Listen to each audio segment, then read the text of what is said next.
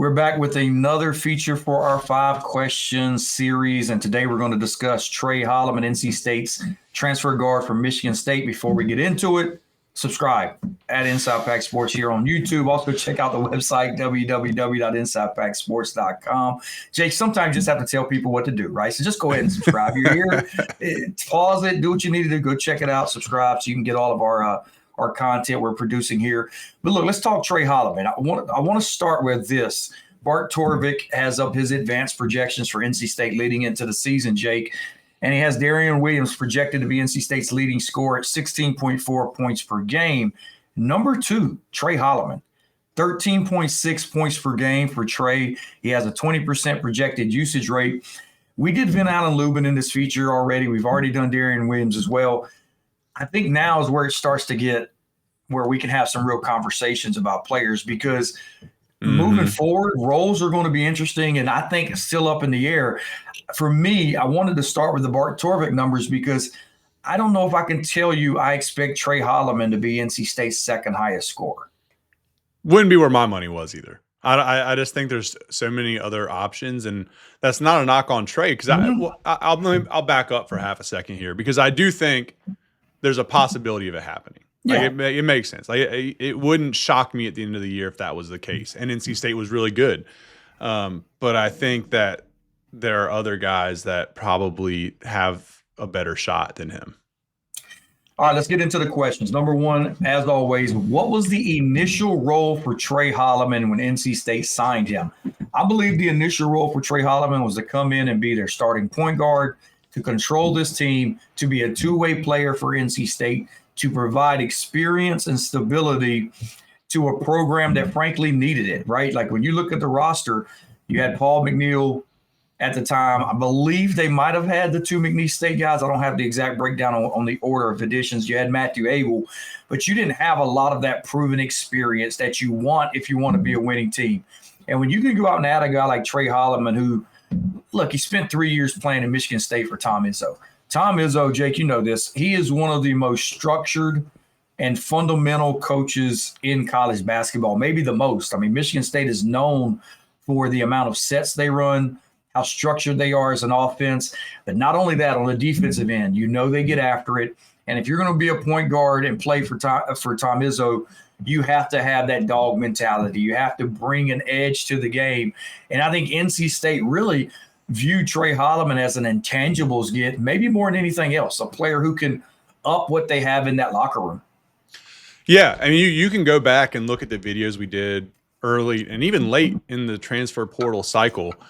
We were constantly saying, like, oh, there's not many for sure roles that have been filled on this roster right now, but Tre Holloman's one of them.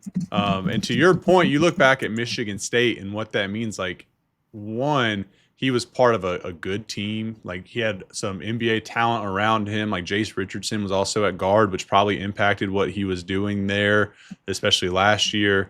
And you think about it like, okay, this seems like a cornerstone you can build around. And it's going to be interesting to see how this leads into the second question we have here, James.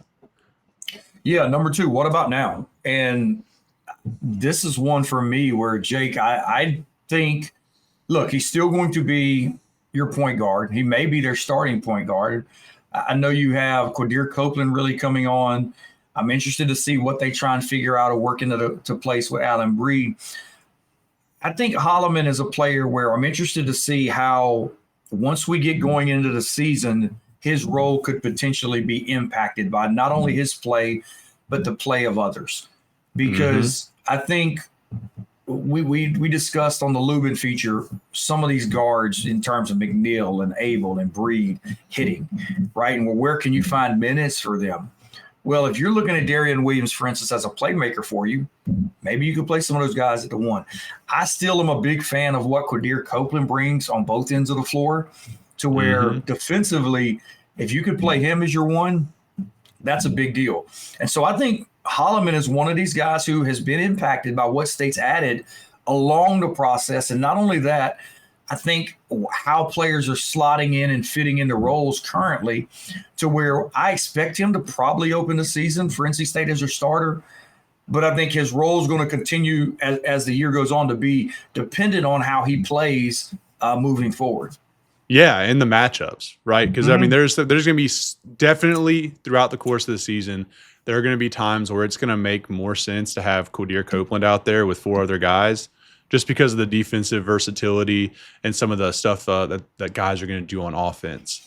And you're seeing it now, because as we went through the transfer portal and, you're in the recruiting cycle and you're landing a guy like Matthew Abel, Paul McNeil gets retained. There's a lot of question marks there. That question marks that didn't exist with Tre Holloman. And now as practice is underway, you're having some media availability. You're having people from outside the program watch the team. I found it very interesting to hear the takeaways, because you're seeing guys leave practice and they're talking Matthew Abel. Like, we've heard a lot about Matthew Abel so far. And that's something you couldn't necessarily project coming out of high school. Like, I mean, it's just not, you can't put a lot of stock in that at the time that he committed. You're hearing a lot about Paul McNeil just being a shot maker. And that's things for NC State that you're not going to be able to leave off the court. So we'll talk more about Tre and how we're going to project him best case, worst case. But for me, like, I think State's going to run into a log jam at that guard position, and so it's going to come at the expense of somebody. You know what I mean? And I'm still not discounting Alyn Breed, who we'll do another video on later. Best case scenario for Tre Holloman. I actually believe a lot of Tre Holloman's potential impact and role will be predicated by the way he shoots the basketball. Yes. I think he is going, because I'm not certain when you have Q Copeland, you have Darian Williams. I don't know how much on the ball NC State's going to ask him to play and be a creator for him. I think it's going to be some. I think they're going to want that. I know we mentioned Mark Torvik earlier. They have him projected for a 24.9% assist rate. Really good. Last year, Michigan State, it was 29.6%. But I feel like for Michigan State, his role changed as the season went on because he didn't shoot the ball well from 3. He shot 32% from 3 last year. The season before, he was a 43% shooter from 3-point range. And he was playing, he was producing more statistically. I think with what State has on this roster, he's going to get open opportunities to knock down shots. And so can he defend for you? Can he take care of the basketball? And can he hit open shots? I think best case scenario, he gets back to that 43%, 40% plus 3-point range. And if he's giving you that, you can play him extended minutes, because now everything else he gives you is enhanced, because he is giving you some shooting and scoring. Yeah. And, I think it's in his bag to do that. Like you mentioned it, like the year prior to last, he was a really good shooter, and he wasn't a bad shooter last year. It's just a different type of role that he was playing. And it's funny when we talk about best case scenario for Tre Holloman, it's almost the opposite. By this point, most of these people have probably seen the Van Allen Lubin video where we talked about his floor is probably the best case scenario for NC State, worst case scenario for Van Allen Lubin personally. I feel like for Tre Holloman, it's probably the opposite, where it's Tre Holloman's best case scenario is probably the worst case scenario for NC State as a program, because you're going to have to ask him to do a ton that you would probably prefer to have spread out amongst a bunch of people. And NC State's probably going to be the game's going to be a little slower. You're going to have your lead guard initiating offense a little bit more, bringing the ball up the court. Like, they're not getting as many stops.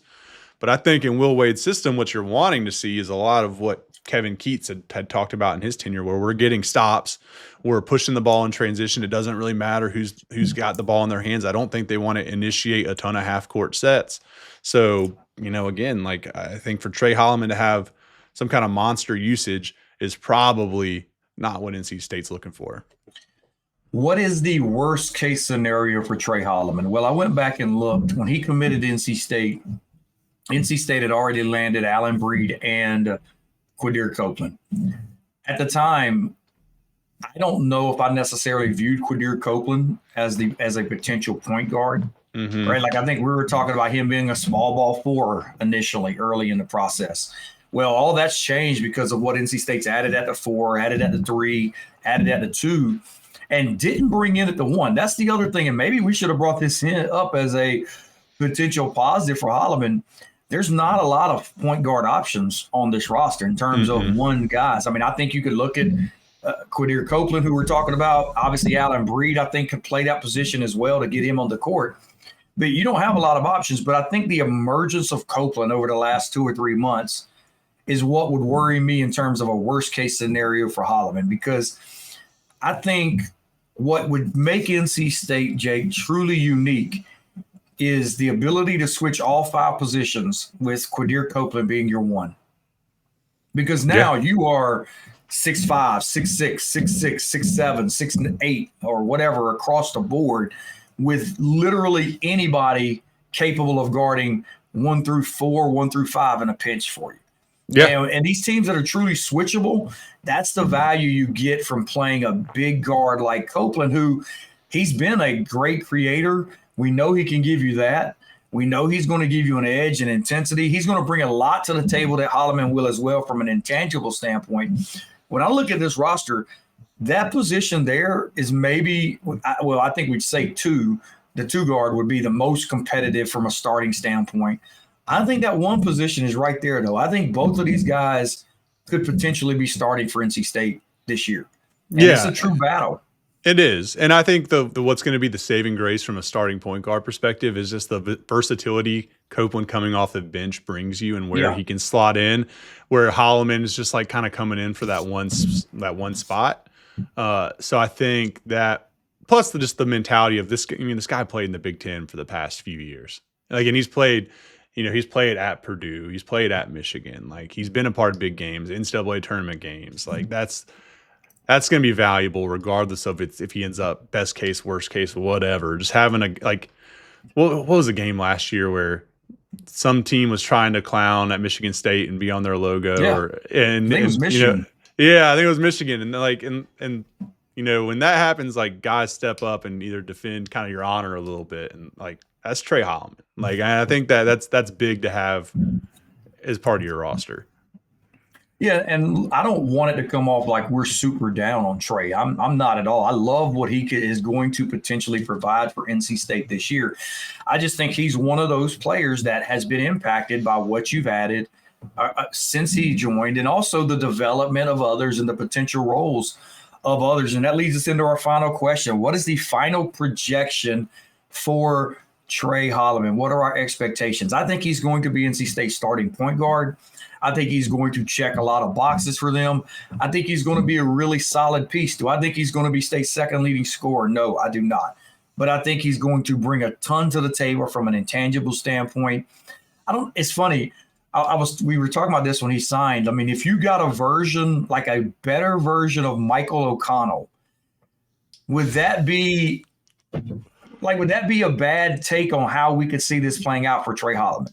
Right, just I think that's the type of player he is in a sense, and just kind of bring you those intangibles, bring you that competitiveness, and kind of fill that role.